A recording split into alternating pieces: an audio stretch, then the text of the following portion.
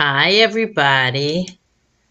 I'm going to read one of my favorite Christmas stories to you today. And it's called How the Grinch Stole Christmas. I know you've heard of it before, but it's a fun book. It's by Dr. Seuss, and it's more than 50 years old. So, when I was a kid, I heard this story too. But here goes. How the Grinch Stole Christmas. Every Who down in Whoville liked Christmas a lot. But the Grinch, who lived just north of Whoville, did not. The Grinch hated Christmas, the whole Christmas season. Now, please don't ask why. No one quite knows the reason. It could be his head wasn't screwed on just right. It could be perhaps that his shoes were too tight. But I think that the most likely reason of all may have been that his heart was 2 sizes too small.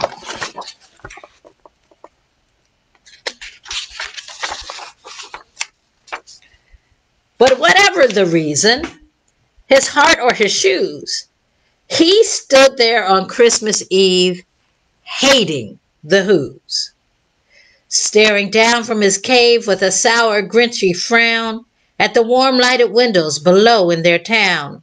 For he knew every Who down in Whoville beneath was busy now hanging a mistletoe wreath. And they're hanging their stockings, he snarled with a sneer.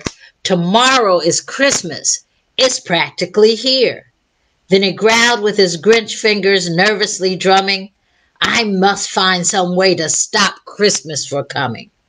For tomorrow, he knew, all the Who girls and boys would wake bright and early. They'd rush for their toys. And then, oh, the noise, noise, noise, noise. That's one thing he hated, the noise, noise, noise, noise. Then the Whos, young and old, would sit down to a feast. And they'd feast and they'd feast and they'd feast, feast, feast. They would feast on Who pudding and rare Who roast beast, which was something the Grinch couldn't stand in the least.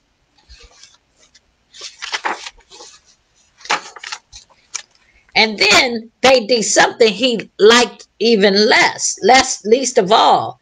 Every Who down in Whoville, the tall and the small, would stand close together with Christmas bells ringing. They stand in hand, and the Who would start singing. They sing and they'd sing and they'd sing, sing, sing, sing. And the more the Grinch thought of this Who Christmas sing, the more the Grinch thought, I must stop this whole thing. Why, for 53 years, I've put up with it now. I must stop this Christmas from coming. But how? Then he got an idea, an awful idea.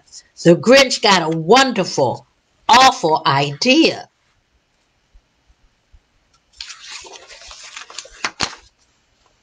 I know just what to do. The Grinch laughed in his throat, and he made a quick Santa Claus hat and a coat. And he chuckled and clucked, what a great Grinchy trick. With his coat and this hat, I look just like Saint Nick. All I need is a reindeer. The Grinch looked around.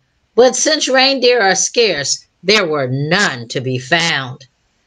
Did that stop the old Grinch? No, the Grinch simply said. If I can't find a reindeer, I'll make one instead.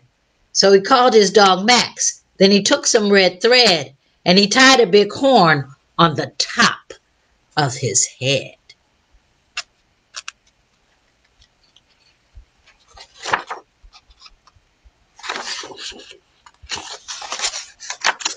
Then he loaded some bags and some empty sacks and some old empty sacks on a ramshackle sleigh, and he hitched up old Max. Then the Grinch said, "Giddy up!" and the sleigh started down to the homes where the Who lay a snooze in their town. All their windows were dark, quiet snow filled the air. All the Whos were all dreaming sweet dreams without care. When he came to the first little house on the square, "This is stop number 1, the old Grinchy Claus hissed, and he climbed to the roof, empty bags in his fist.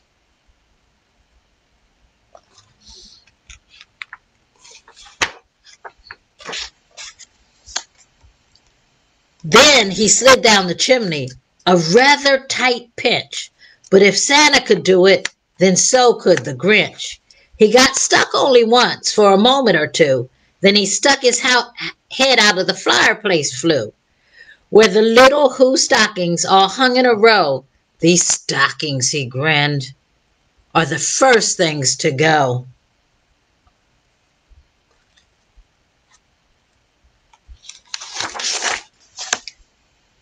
Then he slithered and slunk, with a smile most unpleasant, around the whole room, and he took every present. Pop guns and bicycles, roller skates, drums, checkerboards, tricycles, popcorn, and plums, and he stuffed them in bags. The Grinch very nimbly stuffed all the bags one by one up the chimbley.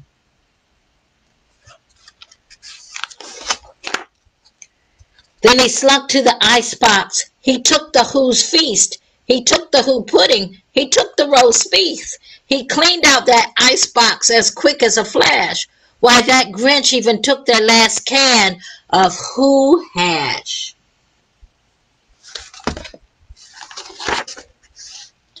Then he stuffed all the food up the chimney with glee. And now, grinned the Grinch, "I will stuff up the tree."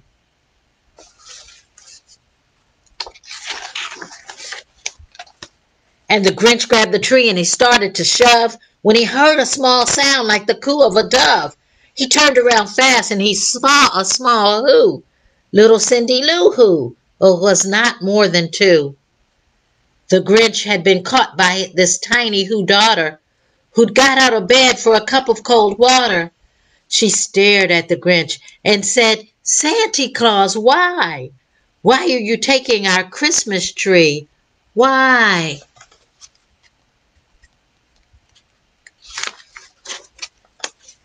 But you know that old Grinch was so smart and so slick. He thought up a lie, and he thought it up quick.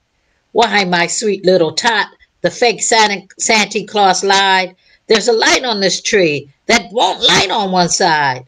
So I'm taking it home to my workshop, my dear. I'll fix it up there, then I'll bring it back here." And his fib fooled the child, and he patted her head, and he got her a drink, and he sent her to bed. And when Cindy Lou Who went to bed with her cup, he went to the chimney and stuffed the tree up. Then the last thing he took was a log for their fire. Then he went up the chimney himself, the old liar. On their walls he left nothing but hooks and some wire, and the one speck of food that he left in the house was a crumb that was even too small for a mouse. Then he did the same thing to the other Who's houses, leaving crumbs much too small for the other Who mouses.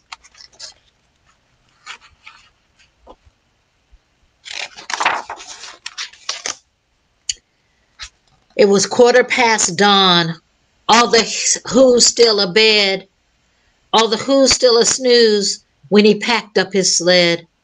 Packed it up with their presents, the ribbons, the wrappings, the tags and the tinsel, the trimmings, the trappings.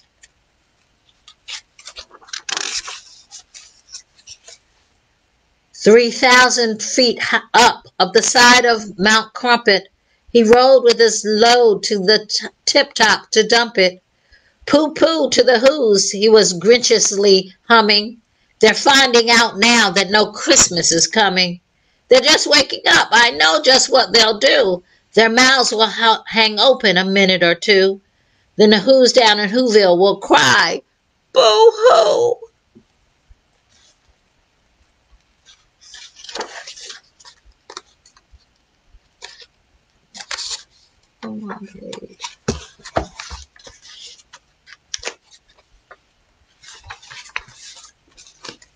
That's a noise, grinned the Grinch, that I simply must hear. So he paused, and the Grinch put his hand to his ear, and he did hear a sound rising over the snow. It started in low, then it started to grow.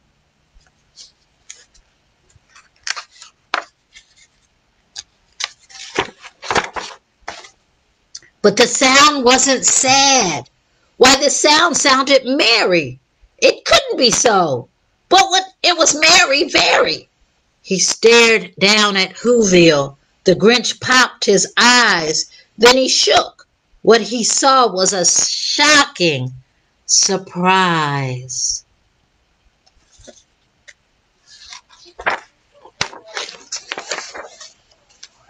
Every Who down in Whoville, the tall and the small, was singing without any presents at all. He hadn't stopped Christmas from coming. It came. Somehow or another, it came just the same.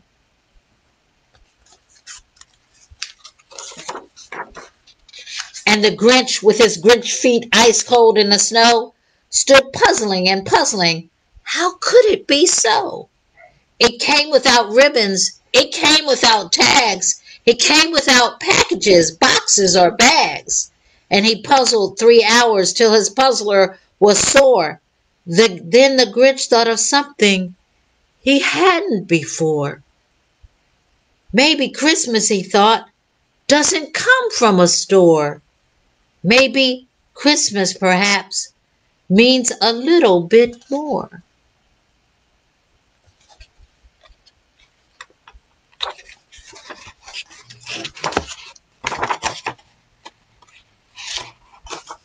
And what happened then?